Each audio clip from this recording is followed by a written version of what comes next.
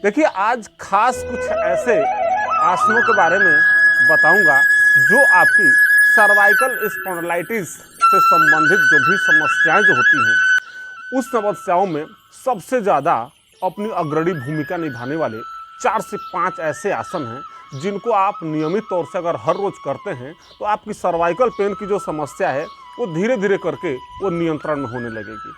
पहले तो आप ये समझें कि सर्वाइकल होता क्या है और वो उसके लक्षण क्या क्या होते हैं।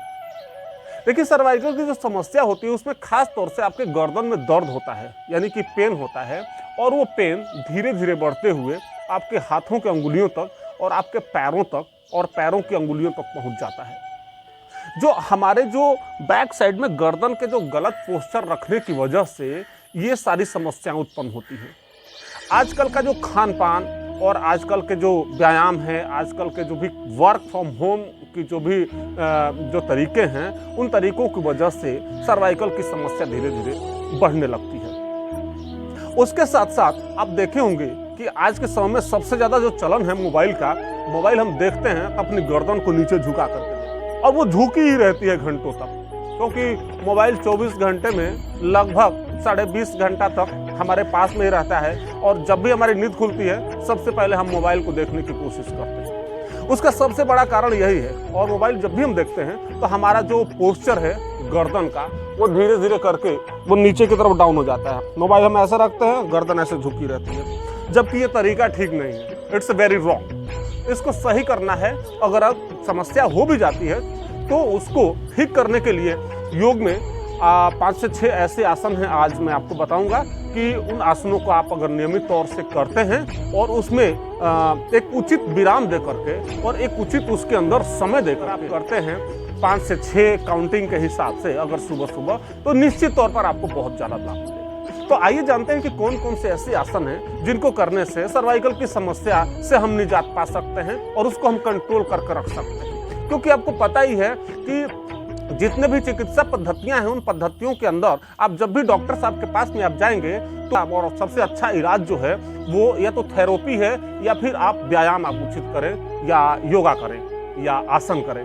उनको करने से आपकी समस्याओं को बहुत ज़्यादा विराम होने में बहुत बड़ी अग्रणी भूमिका निभाता है। तो आइए जानते हैं कि कौन कौन से ऐसे आसन हैं जिनको करने से सर्वाइकल पेन की समस्या दूर हो सकती है। सर्वाइकल पेन में रिलीफ देने के लिए सबसे पहला और सबसे ज़्यादा जो स्ट्रांगली जो प्रभाव डालने वाली जो भी ग्रुप ऑफ आसना उसको आप कह सकते हैं, जिसको सूर्य नमस्कार बोलते हैं। सूर्य नमस्कार करने से हमारे शरीर के अंदर कोई भी ऐसा अंग नहीं है जिसके ऊपर सूर्य नमस्कार का प्रभाव न पड़ता है। यानी कि आपका प्राणायाम आसना से लेकर के अर्धचंद्राकार या फिर पर्वतासना हो गया, पश्चिमोत्तासना हो गया, पादहस्तासना, भुजंगासना, और इस प्रकार के जो भी आसन हैं ये सारे के सारे उसके अंदर आ जाते हैं। तो उससे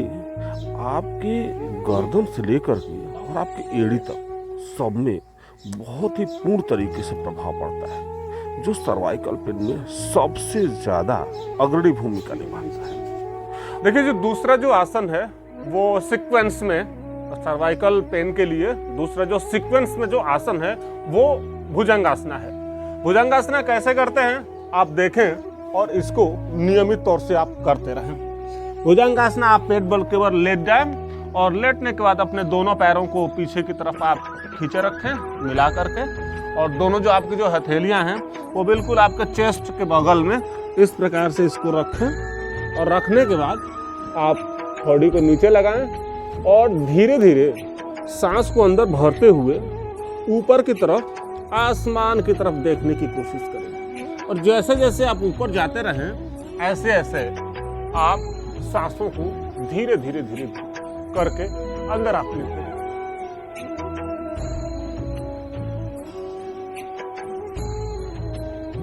धीरे धीरे आप नीचे की तरफ आए। जैसे जैसे नीचे आते हैं सांसों को आप छोड़ते रहें, और जैसे जैसे आप ऊपर जाते हैं ऐसे ऐसे सांसों को आप अंदर की तरफ आप भरते जाएं।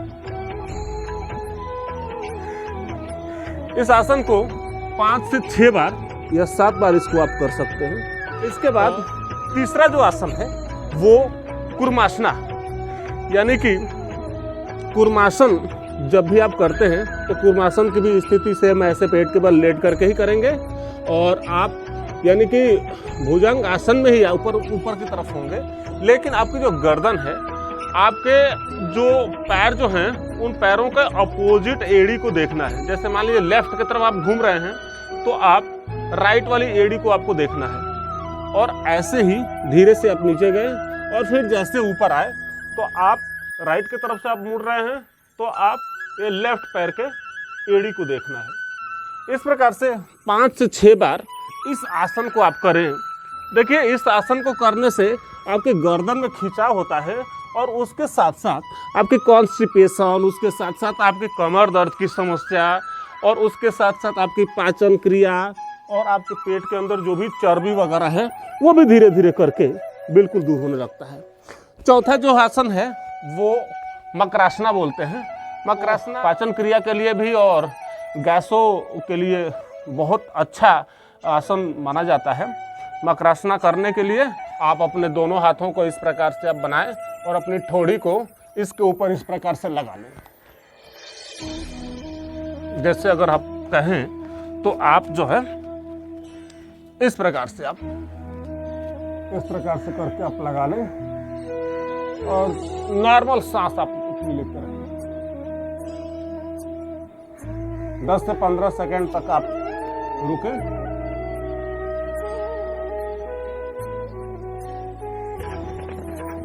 इस आसन से होता क्या है कि जब हम अपनी ये जो ठोड़ी है, ठोड़ी को जब हम अपनी हथेली पे रखते हैं तो यहाँ से जो हमारी हथेली है वो ऊपर की तरफ प्रेस करती है, यानी कि हमारा जो ये गर्दन वाला जो हिस्सा है उसके अंदर खिंचाव होता है, जिसकी वजह से आपको सर्वाइकल पेन में काफ़ी रिलीफ मिलता है।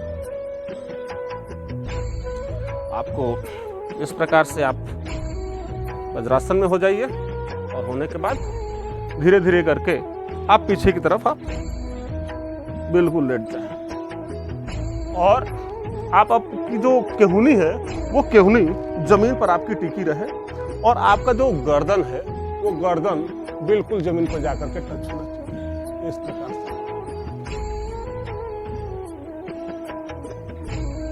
यानी कि आपके जो बॉडी का जो वेट है वो वेट आपके केहूनी के ऊपर होना चाहिए, ना कि आपके सिर के ऊपर। तो इसमें भी आपके गर्दन का खिंचाव जो है वो होता है अपोजिट साइड में, जिसकी वजह से आपको सर्वाइकल पेन में बहुत ज़्यादा आपको रिलीफ देगा।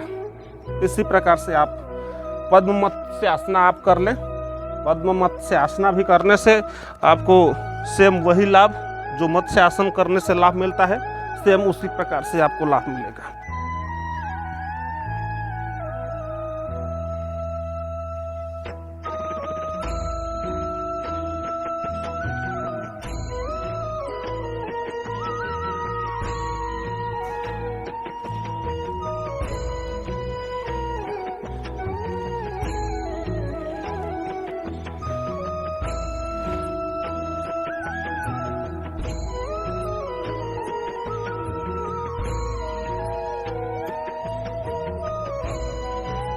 लेकिन थोड़ी सावधानियों की अगर बात करें तो देखिए, कुछ ऐसे खींचतान वाले आसन ये उन लोगों को नहीं करना चाहिए जिनको शरीर में किसी प्रकार की बहुत बड़ी समस्या है, या अगर वो करते भी हैं तो किसी योग चिकित्सक की परामर्श से ही इस प्रकार के आसनों को करें और उससे होने वाले जितने भी फायदे हैं उनको पूर्ण तरीके से लेते रहें। धन्यवाद।